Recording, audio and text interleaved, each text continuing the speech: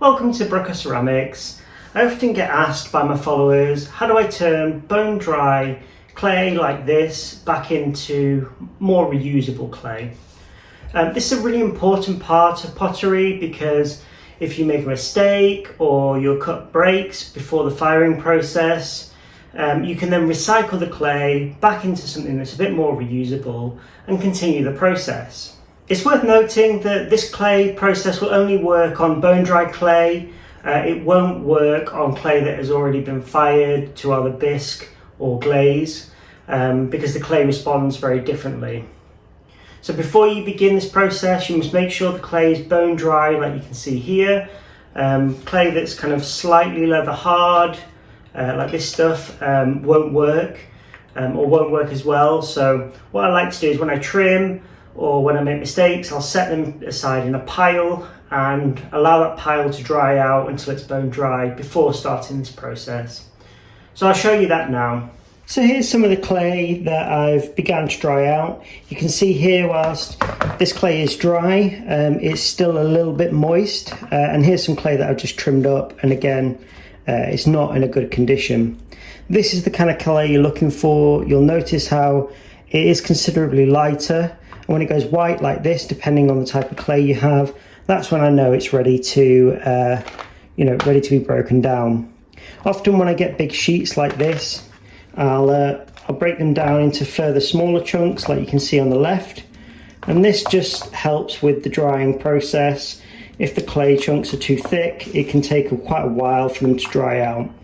So you'll want to break them down into small pieces like this. And then you can set that aside, for a couple of weeks to dry out and go bone dry. So if you followed along on my channel before, you'll have noticed that beside my pottery wheel, I have this big bucket of slurry. And I always keep that on hand so that when I'm throwing, if I need to clean my hands, I can scrape it into the bucket straight away, or just kind of throw bits of clay that I don't need straight into there. So over a couple of weeks or so, this bucket will slowly build up, and it's this slurry that I'll use. But for the bigger chunks, as I've just shown you, I'll set them aside, I'll let them dry out, and when they're bone dry, I can now break them up into smaller pieces and put it into that slurry. So all I want to do is just break down the clay and chuck it in like that. I'll continue to repeat the process, and the water will kind of start to be absorbed into this clay as I drop it into the slurry. In every handful of clay, there lies a story of transformation, a cycle that spans from the depths of the earth to the sculptor's wheel and back again. When we reclaim clay, we aren't just salvaging scraps, we're breathing new life into something once forgotten, bringing it from dust back to a pliable, purposeful form.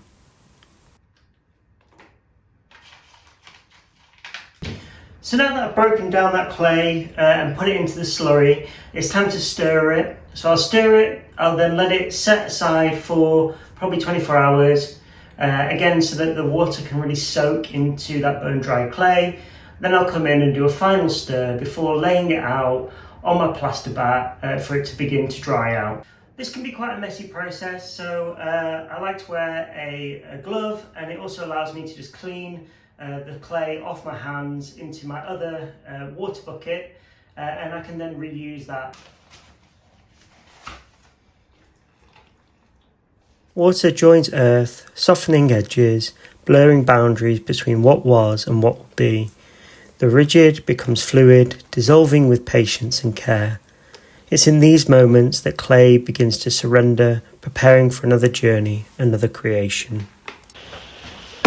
So now that the clay has had a chance to dissolve into the slurry, it's time to lay it out on this plasterboard here.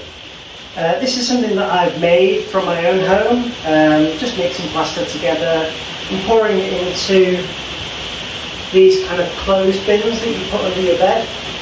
I've already made a tutorial video on that, so if you want to take a look, head on to my channel to take a look.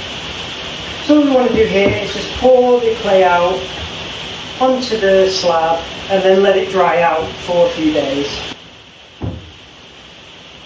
Reclaiming clay isn't just a task, It's a ritual, a reminder that creation and destruction are part of the same cycle.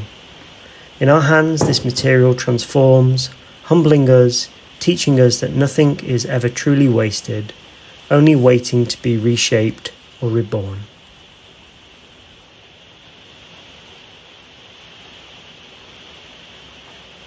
At this stage, you want to just use your hand and smooth out all the edges.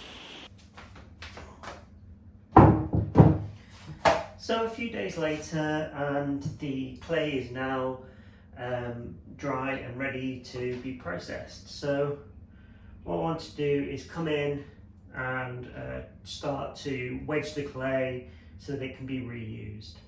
So as you can see, the clay is relatively dry to the touch, but not completely bone dry, so it's quite damp, but it's not completely liquid.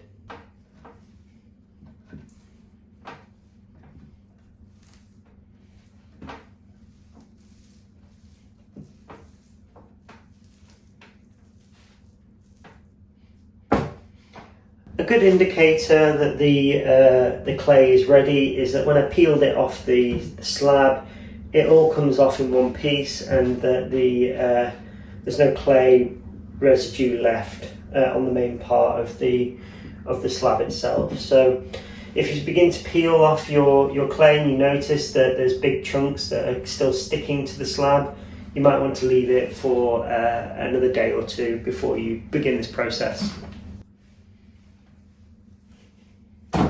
As we reclaim this clay, we honour its resilience and its endless potential. We witness the beauty of revival and the grace of patience, and the profound truth that even the smallest scraps can become something beautiful once again. So you'll notice the first part of that is to slam the clay, and that brings it all together into this kind of cohesive block.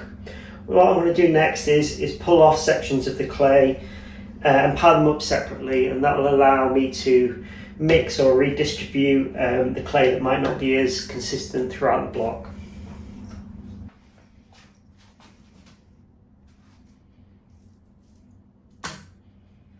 So you can see there's different colours of clay which indicate that the clay is different consistency. So we've got this really wet clay style here, and then these kind of harder pieces dotted around. So this process will help mix all of that together, as well as remove all of the air bubbles. As we sift through this clay, removing stones, particles and impurities, it's a quiet reminder of the refinement and gentle purification. Just as we filter away what no longer serves, we are left with a raw essence, softened and prepared, grounded in its return to simplicity. Here the process mirrors life itself. Sometimes it's not only through letting go that we find what we truly need.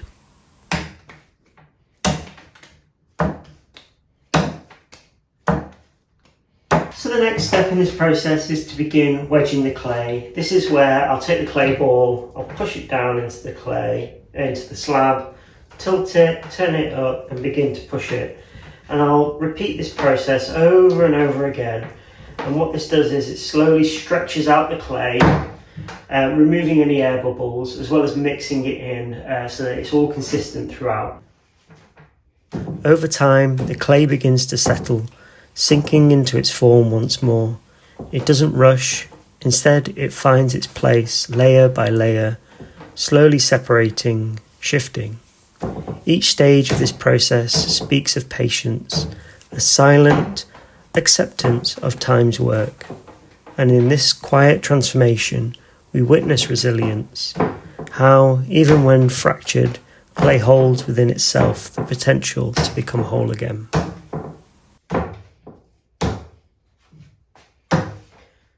So now I've got my two clay blocks together. I want to continue to repeat this process of cutting off slips, putting them into separate piles to mix up the clay body, and then begin wedging it.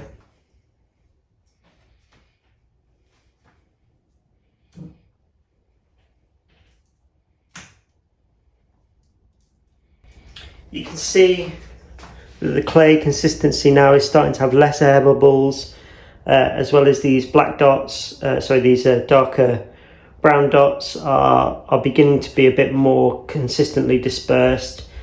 And throughout repeating this process, we should remove any of these air bubbles, and these darker spots will disappear because the clay will all be one consistent piece. Through the rhythmic motions of kneading, folding and pressing, a unity emerges.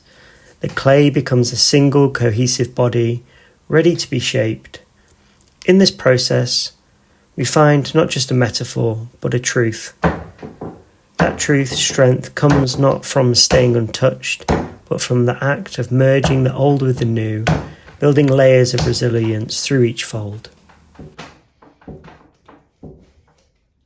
This reclaimed clay is made of past projects, each fragment carrying the memory of previous creations. As they come together, they form something greater than before, a blend of every touch and every impression. From the discarded comes the fresh beginning, a reminder that there is beauty in perfection and a grace in the act of becoming whole.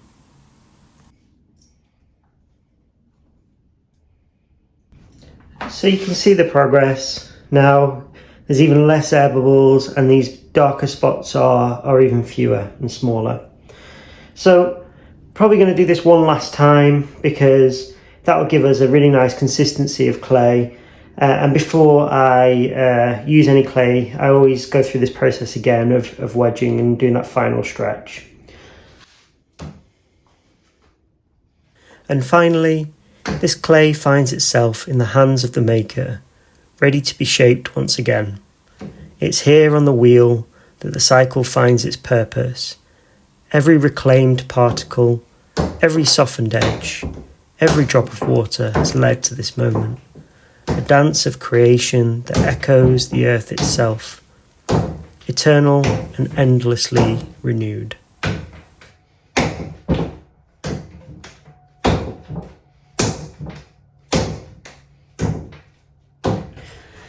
So you'll also notice as you go through this process that the clay will start off quite wet, and as you go through the process of slamming the clay onto the plasterboard, as well as wedging it, the water content will probably remain the same, but the clay will become much denser, so it will feel much less wet to the touch. So as mentioned, I probably do this about 3 times. I'm on the last time now. And then make sure that before every throwing process that I wedge it one final time, and that will just remove any final air bubbles within the clay body.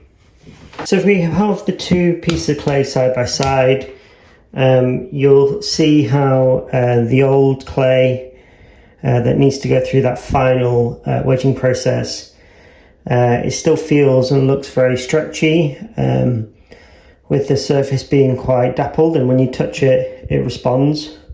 Whereas the final clay is a little bit more smooth on the outside, and the texture is much stronger, which means there's not as many air pockets in this one. So that's how you recycle this unused clay into something that I can now begin throwing. I hope you really enjoyed the video, and if you found this useful, don't forget to give us a like and subscribe, and look forward to seeing you in the next one. From dust to form, every reclaimed piece of clay tells a story that continues in the hands of those that have shaped it. If you found inspiration in this journey of renewal, join us. Like this video, subscribe, and be part of the creative cycle. Together, let's share in the process, honouring the beauty that comes from both beginning and returns.